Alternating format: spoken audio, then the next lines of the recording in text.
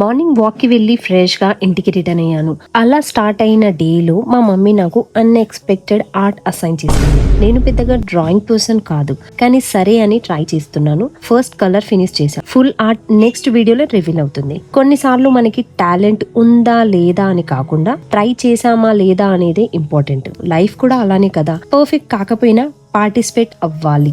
That's mandatory. Anyways, evening అలా బయటికి వెళ్ళాను మమ్మీ అండ్ సడన్లీ నాకు ఒక రియలైజేషన్ అయ్యింది. చాలా రోజులైంది హెయిర్ కట్ చేయించుకొని అని అలా స్ట్రైట్ గా పార్లర్ లో ఎంట్రీ ఇచ్చాను. షార్ట్ గా కాకుండా జస్ట్ లేయర్స్ చేయించాను. ఫైనల్ లుక్ చూసి నేనే షాక్ అయ్యాను. OMG, ఇది నేనేనా అనుకున్నా. కొంచెం కాన్ఫిడెన్స్ ఫ్రీగా వచ్చింది హెయిర్ కట్ తో.